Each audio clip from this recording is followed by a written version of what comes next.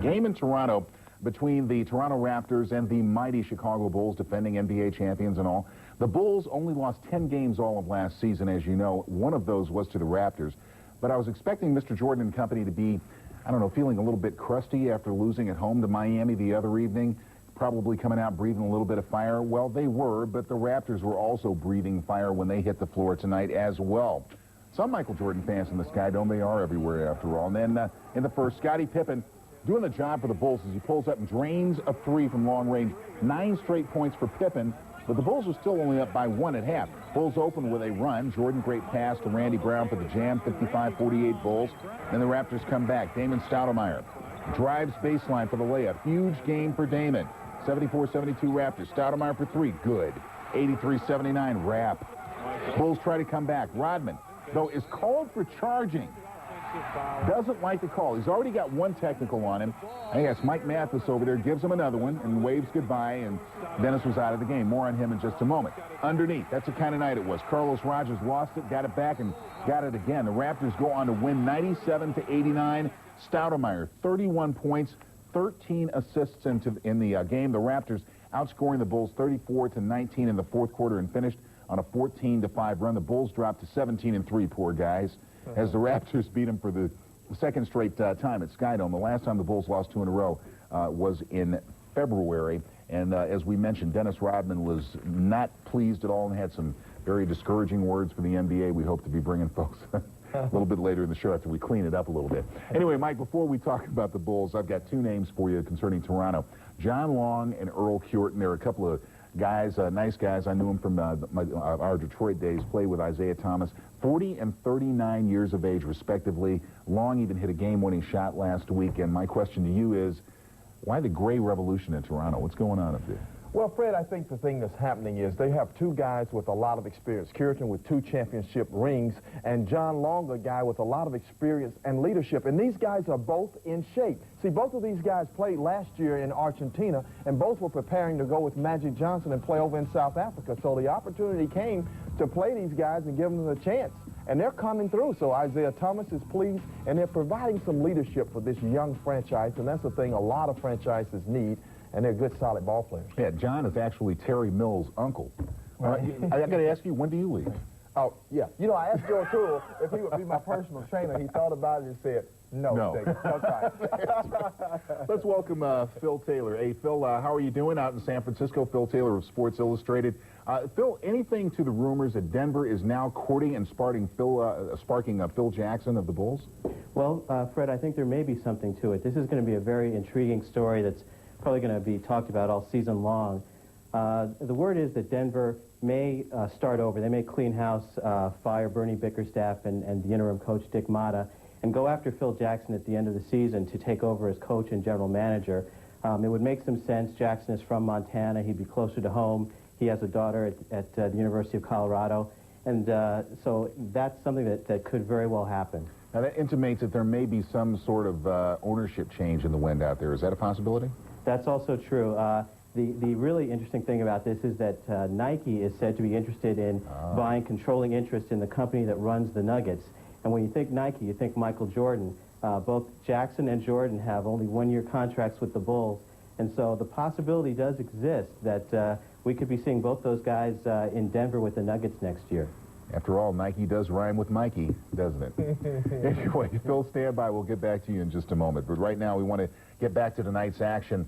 The Indiana Pacers, wounded as they are, seem to be playing very well these days for head coach Larry Brown. The biggest bang, of course, is in the middle, where Rick Smiths is out of action, still nursing a pair of bad feet that were surgically repaired in the offseason. But still, the Pacers had a 5-game win streak as they went to work tonight with the Phoenix Suns to play with out in the Valley, out in Phoenix, Arizona. The Suns, Wesley Person lines up the 3, money.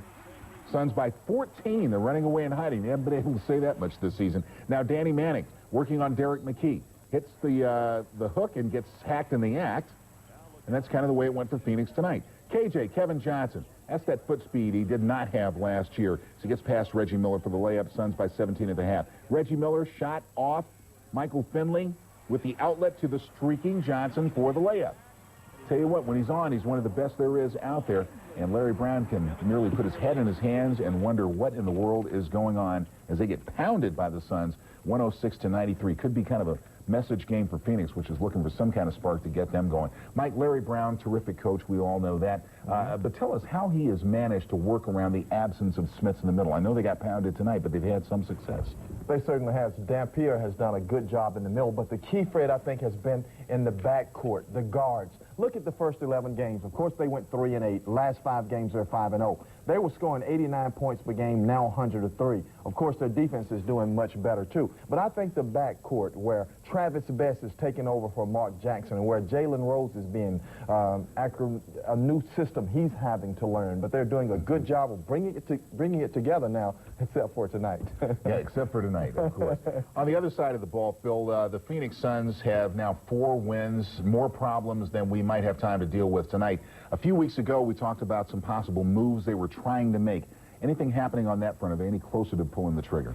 Well, there have been a few changes. You know, they were interested in Sean Bradley of the Nets, getting the big center to come to Phoenix, and now it seems as though there is talk of a 3-way deal with the Nets sending Sean Bradley to Phoenix, the Suns then sending Danny Manning or A.C. Green to Portland, and Portland unloading Cliff Robinson over to New Jersey with the Nets. So 3-way deals are very difficult to pull off. They're notoriously tough to pull off. So it's still very much in the talking stages. But that's the deal that the Suns are talking about. They really need to do something because they don't even have their first-round pick next year. That belongs to Cleveland as part of the Hot Rod Williams deal. So they know they need to do something through trades and free agency to rebuild that team. It does get dry in the desert sometimes, doesn't it? Still to come, the weather forecast calling for increased presence of heat in and around the NBA. Is it AccuWeather or wishful thinking, or a little bit of both? Details next.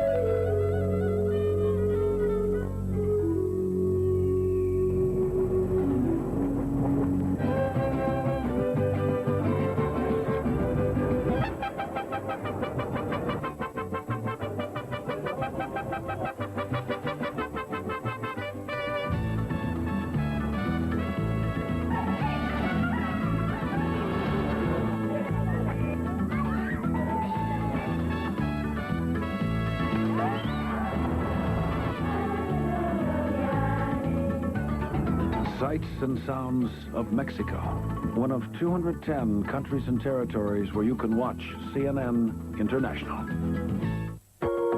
Recently, Travel Guide made a date with Hawaiian history. Our search took place on the Big Island of Hawaii. Our destination? The Puako Archaeological District, one of the largest petroglyph areas on the Hawaiian island. There are an estimated 6,000 petroglyphs at this site. Most were carved by ancient Hawaiians more than 1,000 years ago. In order to preserve and respect the ancient carvings, visitors are asked not to walk on the lava field. But researcher Ski Kwiatkowski guided us so that we could give you a closer look. What this guy is doing is very important because what he is doing is he's praying. These carvings were one of the earliest forms of Hawaiian communication, offering a peaceful and intriguing lesson in Hawaiian history. Travel Guide, weekends, only on CNN International. Next stop is Oakland, California, where the Golden State Warriors and the San Antonio Spurs went at it. Both teams struggling mightily. Neither has been able to score fish. At least San Antonio has the return of Big Dave at which to look forward. The Warriors are still looking for any kind of reason at all to hope. Now there's Big Dave sitting out yet another ball game. Hasn't played all season, as you know, with a bad back. Spurs up 2. Off the pick, Latrell Sprewell knocks down the 3, starts a 19-8 Warriors run. Golden State by 7 at the half. Now, the Warriors, nice ball movement. Mark Price to Chris Mullin to Joe Smith, reverse layup.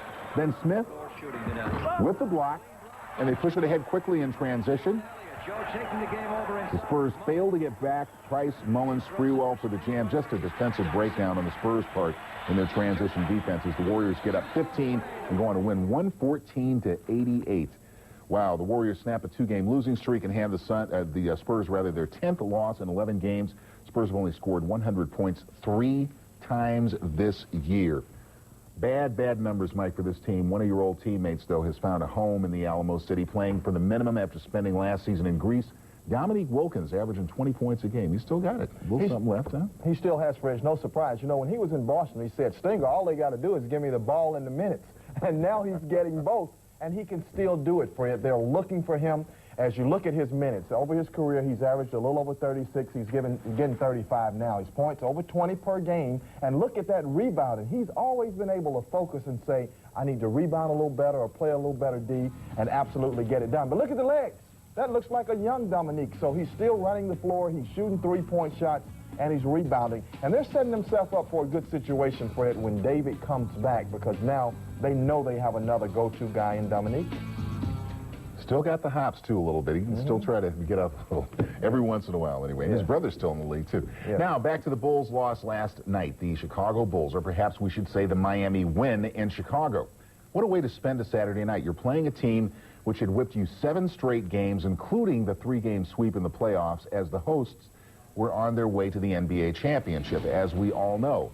And there are the banners hanging up high. And Cappy was back down low by Alonzo Mourning. This team came in feeling as though they could get the job done. Michael Jordan, that's textbook and money. You can just ring that up.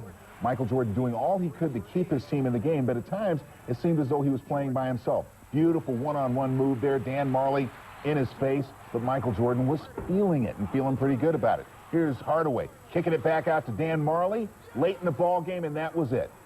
That would do it. Michael Jordan said that Marley had missed a couple of shots, a couple of 3 bids before that, thought he was looking at a drive, gambled on it, and lost, gambled the wrong way, but, you know, this guy has gambled several times. See you soon.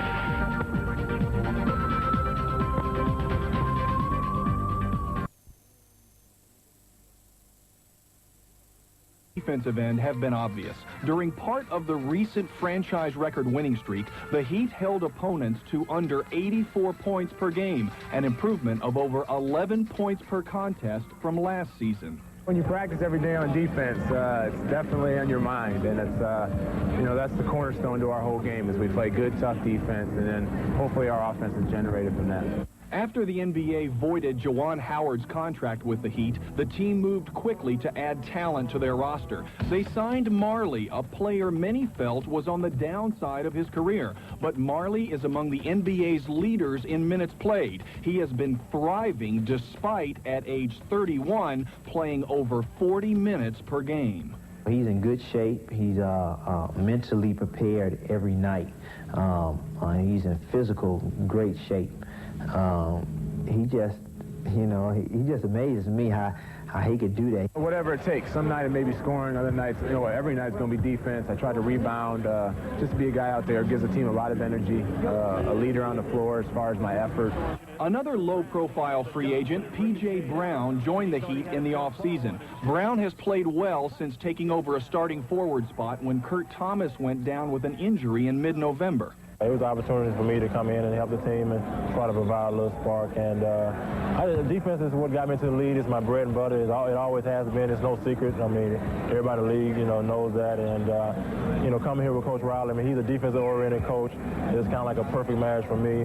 Pat Riley seems to be building a team in Miami that mirrors his teams here in New York. For Riley's Knicks, it all started with Patrick Ewing in the middle. For Riley's Heat, Alonzo Mourning patrols inside. Along with Patrick, is best center in this conference and one of the top centers in the league. We rely on Zoe. Zoe's going to score and rebound, block shots for us, and he's basically our main guy. I'm just trying to play my part. You know, I understand that, you know, I'm pretty much the go-to guy on offense, you know, and that's the position that I've accepted. That's the position I got to take. I'm the GOAT. If things go wrong, people are going to look dead at me, you know. And, I mean, hey, I'm willing to accept that position.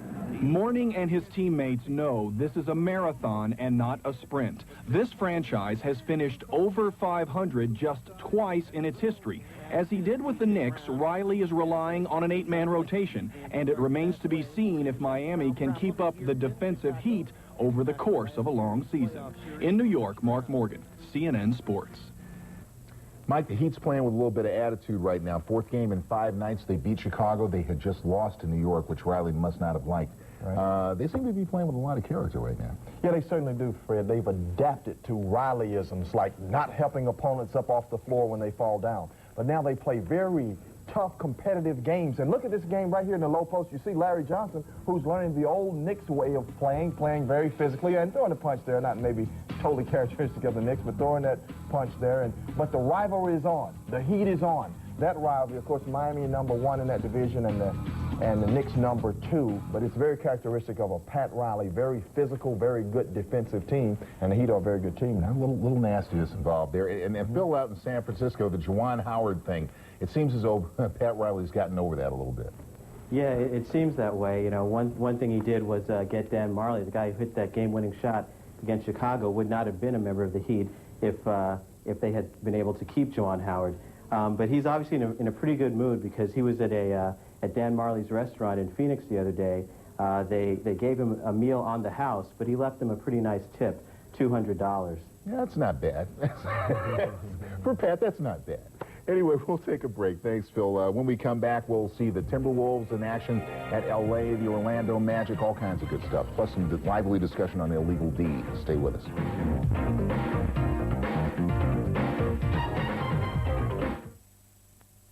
Much of the recent Russian offensive has been inside the Kremlin in 1990.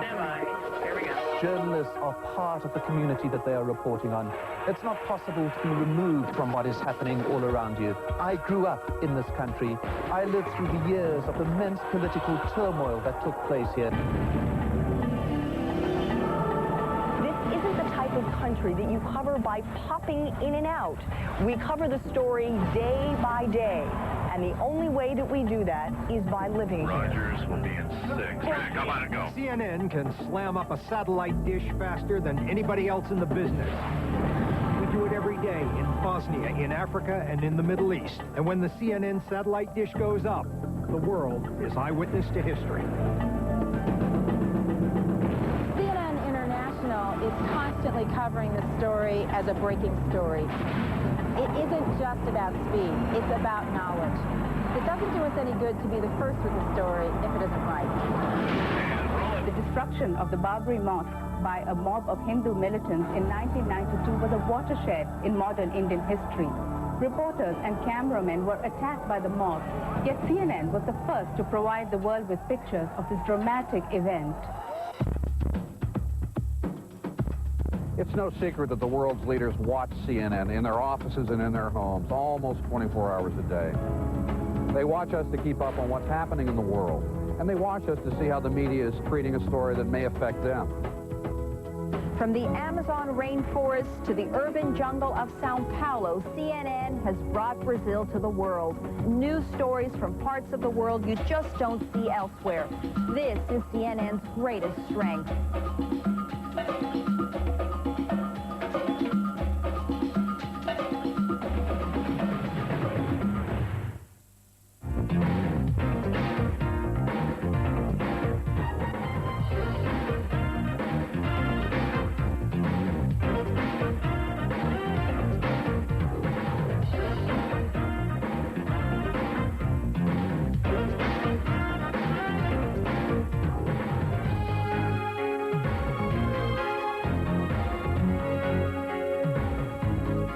Orlando losing without Penny Hardaway tonight, but one of the bigger stories is that the Toronto Raptors have defeated the Chicago Bulls in Toronto, 97-89 the final score, in a game where Dennis Rodman was ejected for technicals in that contest.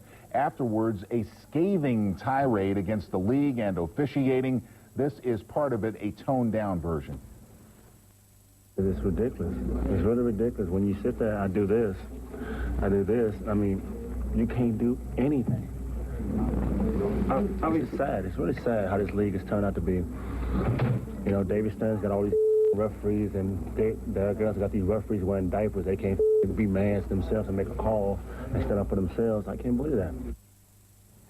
Well, Dennis also talks about David Thorne, which I guess is a hybrid between David Stern and Rod Thorne. And it doesn't matter because they're both probably going to call him with fines. But what's going on with Dennis? He's got a little pressure on him from all over, hasn't he? Yeah, he does. And he may have a point about getting a quick tease. But Michael Jordan questioned his motivation yesterday. He said a couple of power forwards, he said Vin Baker, P.J. Brown had both outplayed him, and maybe Rodman is more concerned with MTV and this type of things than winning another championship. But Michael does that. He questions and challenges everybody, so he just wants him to be as good as he can be and win another championship. But maybe that was on Rodman's mind as well. Phil, let me ask you, does Dennis have a point? Is he the marked man? Why is everybody always picking on me? Well, I think Dennis has a kind of a complex about that. I think he's a little bit paranoid. You know, I think that Dennis really is a very calculating kind of guy. You know, he has his new show coming out on MTV, and if you look at some of the times he's done outrageous things, they've always been when his book was coming out or when something, one of his off-the-court interests were about to begin. So I think that this little tirade may be a little publicity stunt to get some more attention and maybe get a little better ratings for that new TV series of his. Yeah, we've seen the wedding dress already. Anyway, back with the topic of the week. The illegal defense. Is it about to die a painful and quiet death? We'll talk about it when we come back.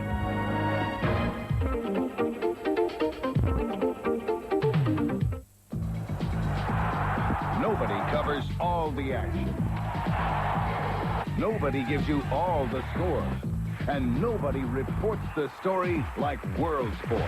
The reigning champion and a former champion led the way. Watch for frequent updates and complete half-hour wrap-ups of the day in sport. Only on CNN International. Nobody covers the world of sport like the people who cover the world. CNN International. I prayed for help until God sent me Michael. Are we talking about an angel here? We can't be talking about an angel. That is definitely the weirdest thing I have ever seen.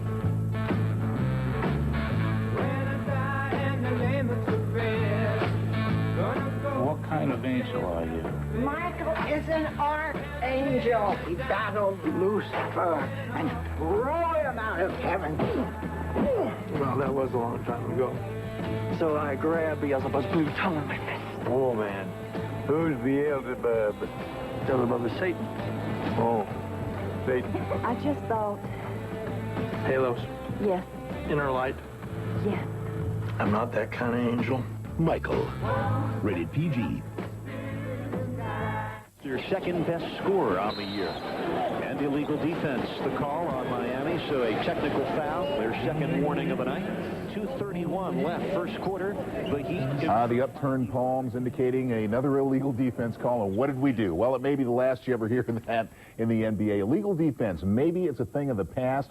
Phil, it's essentially a rule geared at preventing teams from playing zone. Not that it's worked, but there's a movement out there to kill it. Why? What happened is that people think that it's slowing the game down, that offenses are standing around trying to draw the defense into illegal defense violations, and there's a lot of standing around, not very much movement away from the ball, and it's really getting very boring. The Rules Committee met in September, talked about maybe getting rid of the illegal defense. They tabled the discussion then, but I think it's something that's going to be talked about again before next season. Okay, now if it goes away, Mike, what are teams going to have to do to adjust? Well, they're going to have to run the basketball more. If they're allowed to play a zone defense, Fred, I think teams have got to push the ball down the floor. And I think you're going to see centers not just be post-up players. The the premium centers will be guys that can run the floor and shoot a 15-foot jump shot. So the role of the center will change. And gentlemen, Shaq's going to have to learn how to shoot free throws in a situation like that. You're going to have a guy who can play away from the basket, right? That's absolutely true. You are. And, you know, I think that, you know, if you did get rid of the illegal defense, you would start to see zones, teams playing zones. And there are those who think that that would actually help, that teams would run more, push the ball up the floor in order to beat the defense down and not have to play against those zones. So, you know, a lot of people have always thought that the zone was a bad thing for the NBA, but it might indirectly be a good thing. And some, Mike, what do you do? If you have the illegal defense out, do you have a longer shot clock or a shorter one? You know, I like a shorter shot clock. If you're going to get rid of the illegal D, let's push it up and make them get a shot up before everybody goes to sleep with that zone defense and the passing all over the place. Yeah, the scoring's down enough. Phil, thank you very much for joining us this week. We will see you next time. And for you folks out there still with us, we'll take a break. And it's the only area of the game with which Mike has little familiarity. It's called